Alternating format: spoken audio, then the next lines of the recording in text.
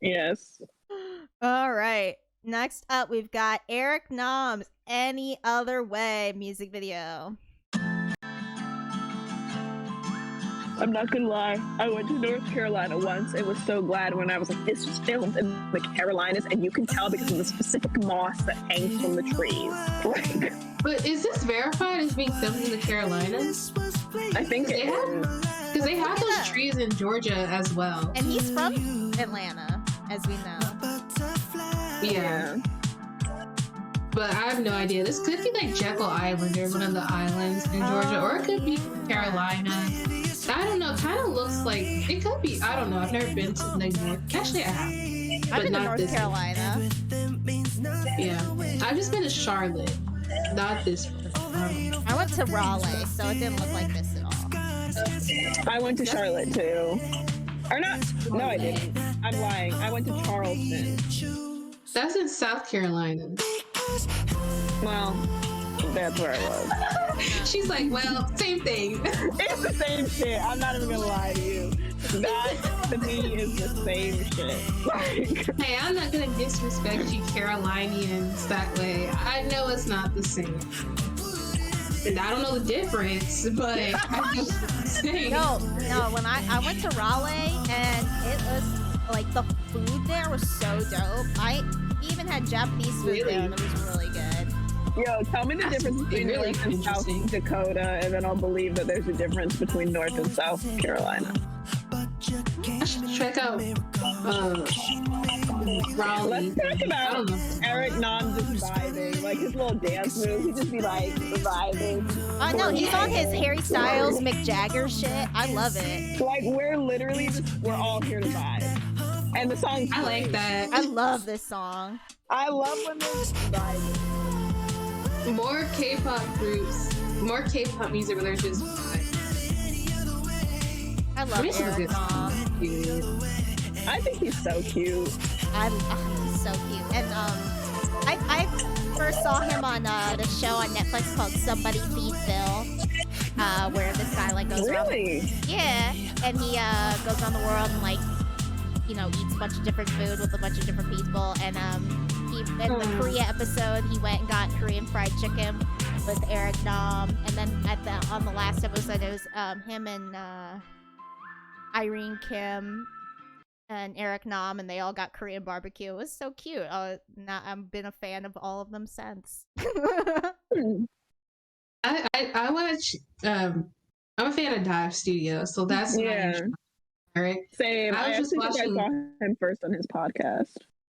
Right. I was watching a conversation with him today, rewatching actually the one he had with Jamie, who I actually like as well. Honestly, all the American K-pop stars are so easy to connect to, probably because it's like there's not really a boundary there because they're also American and they like, you know, it's easy to listen and like understand them.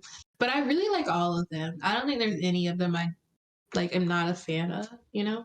Yeah, when he talked to the boys, he was very friendly, and again got along the best I think with Eric, also the American. Yeah, definitely. I see that as well in his interviews. Like, I don't know, it's more of it's an easy connection always when you have something in common, like as far as nationality. But also he's just like such a friendly guy. Like I was watching his interview with 10. Oh, I love my boy 10, and he just seems so friendly and open, and so yeah. No, all his interviews are great. I watched a bunch of his with Jin because I found out they were friends. Eric Nam is literally friends with everyone. Everyone loves Eric knows Nam. I literally only recently learned that him and like Suga are friends, and that Suga wanted to start a book club, and Eric was like, yo, I can't read Hangul like that. Can we not read full Hangul novels? Like, he's friends with Eric knows literally. Yeah, he did a song with Wendy. He knows everyone. Like everyone. What a beautiful, personable soul. We love Eric Nam. My favorite quote from him, though, will forever be, your dog speaks Chinese? Him and Amber Liu, that was so funny. I mean, he was named 2016 Man of the Year by GQ Korea. That's like... Well, there you go. A feat. Now, now we in his home country need to rep Eric Nam harder. I think it kind of makes me so upset that a lot of like the music industry just like I hope that K-pop being big here opens up the opportunity for Asian Americans to be repped by American companies. Make a name for themselves among definitely stars here. I really feel like they deserve that. Like the fact that so many of them literally emigrate to places like Korea, usually mainly just Korea, in order to like make their careers.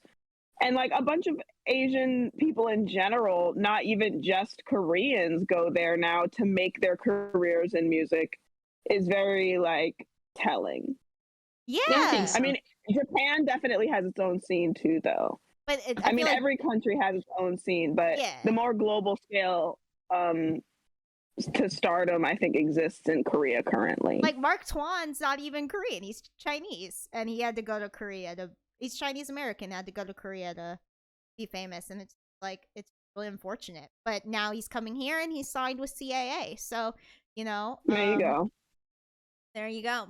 Y'all remember Far East Movement? I was just thinking about them the other day. Remember Fly Like a G6? Oh yes.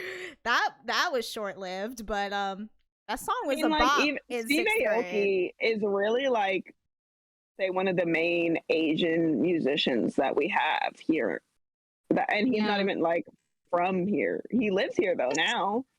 Me and Sid have talked about that. It's kind of like odd simply because the like Asian Americans, like Americans, like that needs to be more. There's definitely an audience here, and I think they should be more celebrated. Because even the artists that are big here, they're not Asian Americans either. Like like, even like on 88 Rising, they're like most of the artists that are big on the label aren't even like Asian American. Well, we were specifically talking about is it Jamin, that rapper who was signed to... yeah, he's so American. He's so American. Me and Skylar were talking about him, and we were like, we were almost like, that man is too damn American. Yeah, like the culture shock it must be to go to Korea. Chungha, she's from Texas. Yeah. And wasn't she born in Korea though? A language. Yeah. And then she went to Texas, and then she went back. Yeah. That's a little different. Jamin's so young and so American, and like, I'm very interested to see how his career goes in Korea. Jamin reminds me of who I went to school with. Like, that's how. Like, and I'm sure that transition is not easy. Yeah. Because it's vice versa. It's not necessarily an easy transition. So yeah, really not.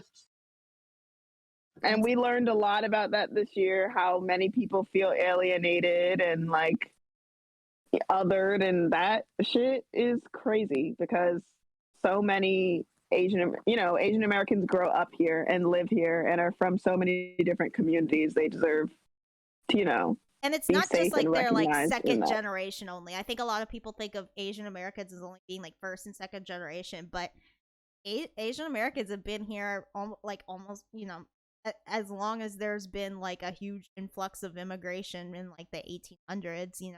Yeah. In California, there's a very old Asian population. Even in like rural Georgia, apparently there's like a huge there's like a Chinese population. Which I found really interesting. I watched a documentary on that. So, really? Yeah, and they like you hear their accents, you would have no idea if you just like listen to them. So it was very interesting. I'll send it to you. It was cool. It was like a group of like Chinese American cattle ranchers in the South who had been here. Yeah, have you guys kind of? I was thinking about this one film that reminded me of that as well that came out recently. I don't know. Also, I was thinking about it. Shout out to films because they're in films we're getting all the Asian American narratives right now, which is amazing. And everyone go see Blue Bayou. That's one of my favorite films of the year. It's so good. Yeah, but Shang-Chi was like my least favorite movie here. Okay. But I mean other Asian American Girl, movies. I like Shang-Chi more than I like the Eternals. I'll Oh, say that's not that. saying much about either Wait, movie then. well, wait, there's another one, y'all. What is the one that Steven Yeun was in? And I was okay with that movie, but Blue Bayou was my favorite of the year. One of my favorite films. Minari. Minari was an Asian American film. Oh, and I loved The Farewell. I know everyone's kind of iffy on Aquafina now, but I loved that movie. I thought that movie was so. And then it was in the foreign film category. I was like, that is so fucking racist. Yeah. So Same thing mad. happened to Minari. It was similar. I was like, the shit was it literally set in America. Like, come on. Can it be more transparent? But whatever. Yeah. Like, okay, I guess, British films don't get considered foreign, even though they're from a foreign country, but you make an Asian American film and it gets in the foreign category. It drives me crazy. It's so blatantly racist. All right, and finally, our last